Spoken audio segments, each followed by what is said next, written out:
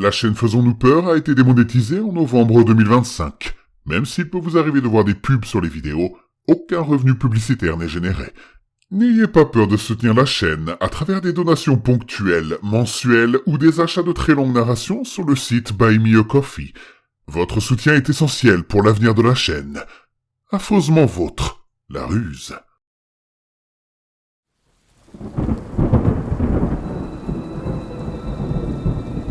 Attention, le contenu de cette vidéo peut heurter la sensibilité des plus jeunes. Vous êtes prévenus. N'ayez pas peur de laisser un pouce bleu, d'activer les notifications et de vous abonner si ce n'est pas déjà fait. Ils ont retrouvé des élèves, mais pas avec les bonnes têtes.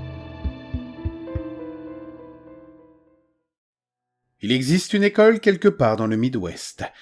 C'est un internat, autrefois connu pour accueillir des jeunes en grande difficulté, dans le but de les réhabiliter et de les réintégrer ensuite dans la société.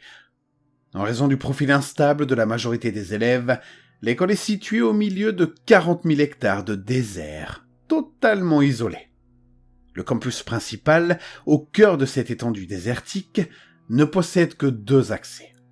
Le premier est un pont sécurisé, protégé par un portail permettant de traverser un oued constamment inondé, où l'eau blanche et violente menace de noyer quiconque tenterait de le franchir à la nage.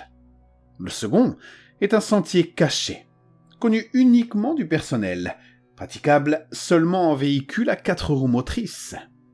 L'école emploie un ancien chirurgien urgentiste à la retraite comme infirmier. Il vit sur place avec sa femme et son fils unique. Comme beaucoup d'élèves de l'établissement, cet enfant est profondément perturbé. Personne ne sait vraiment ce qui se passe dans sa tête, et ses manières ont une étrange capacité à mettre mal à l'aise tous ceux qui s'approchent de lui. Il parle très peu, se contente de rester assis à observer, comme s'il préparait quelque chose. Personne ne fait l'effort d'aller lui parler. En dehors de son évidente inadaptation sociale, il semble pourtant normal. Pendant son temps libre, il se réfugie dans le bureau de son père, où le chirurgien apprend à son fils les techniques de suture en s'exerçant sur des animaux morts trouvés dans le désert autour de l'école. Rapidement, l'enfant maîtrise parfaitement cet art et passe ensuite à l'étude de l'anatomie. Il excelle également dans les autres matières enseignées par l'école. Après la première année de travail du chirurgien, de petits animaux commencent à disparaître sur le campus. Au début, personne n'y prête attention. Lézards, serpents, écureuils et rongeurs pullulent dans la région. Mais lorsque les animaux de compagnie commencent à disparaître, les plaintes s'accumulent. Un chat ici, un petit chien là. Naturellement, plusieurs élèves sont suspectés, certains ayant déjà été accusés de violence envers des personnes ou des animaux. Après environ 1 mois, les disparitions cessent et tout le monde passe à autre chose. Le coupable est supposé avoir été un coyote ou un puma. Cette théorie est rapidement démentie lorsque les corps réapparaissent. Ils sont retrouvés dans les jardins ou déposés devant les portes de leurs anciens propriétaires. Les corps sont là, mais pas les bonnes têtes. La tête du chat est cousue sur le corps du chien, celle d'un écureuil sur le corps d'un chat. Il n'y a d'ailleurs aucun signe de décapitation grossière. À l'examen, on découvre que les têtes ont été parfaitement recousues avec des sutures de qualité chirurgicale. Veines, tendons et ligaments sont reconnectés de façon impeccable.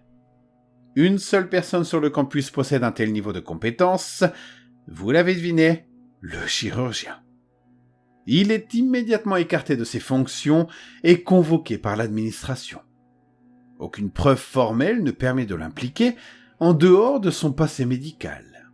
Malgré ça, pour rassurer élèves et personnel, il est prié de quitter l'école. Son fils, en revanche, est autorisé à rester pour poursuivre sa scolarité en raison de ses difficultés sociales. Et voyez-vous, les disparitions cessent. Le fils du chirurgien semble même s'ouvrir légèrement aux autres.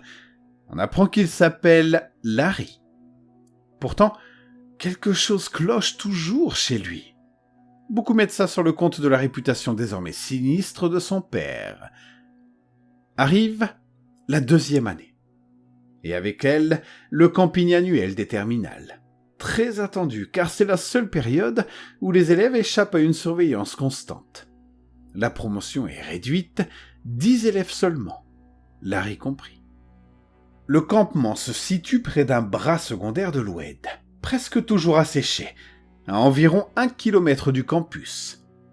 Des sentiers l'entourent et mènent à de nombreux tunnels, surplombant le lit de la rivière. La première nuit se déroule sans incident. Des histoires de fantômes sont racontées autour d'un feu de camp avant que chacun ne rejoigne sa tente. Larry est le seul à rester près du feu toute la nuit, s'étant porté volontaire pour surveiller les braises afin d'éviter tout incendie.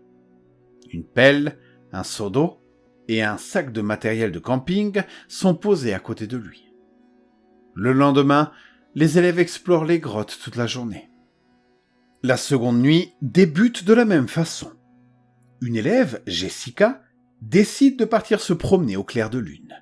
Son petit ami Tyler l'accompagne. Les autres élèves rejoignent leur tente, laissant à nouveau Larry seul près du feu. Un sifflement violent retentit lorsque de l'eau est versée sur le feu, réveillant tout le monde. Les élèves sortent précipitamment de leur tente. À la lumière de la lune, ils réalisent que Larry a disparu, tout comme la pelle. Tyler et Jessica ne sont jamais revenus de leur promenade. Pris de panique, les élèves se séparent pour les chercher. Dans l'un des tunnels, un groupe pénètre dans une vaste grotte. Quelque chose pend du plafond. En s'approchant, l'horreur devient évidente. Ce sont Tyler et Jessica. Mais leurs corps sont atrocement modifiés. La tête de Tyler est cousue sur le corps de Jessica et inversement. Les coups sont mutilés, lacérés, comme si plusieurs coups, comme avec une pelle, avaient été nécessaires pour sectionner les têtes. Pourtant, une fois encore, les corps sont recousus avec des sutures chirurgicales parfaites. Une vaste recherche est lancée pour retrouver Larry, mais il ne sera jamais retrouvé. 2 semaines plus tard, l'école ferme définitivement. Le campus reste abandonné pendant 25 ans. Lorsque l'école rouvre enfin, elle accueille cette fois des élèves préparant l'université. Lors de travaux d'aménagement près de l'ancien campement, du béton est coulé pour créer un canal d'irrigation. Le lendemain, une inscription est découverte gravée dans le ciment encore frais. Larry, changeur de tête. Et à côté, contre un arbre, repose une pelle tachée de sang.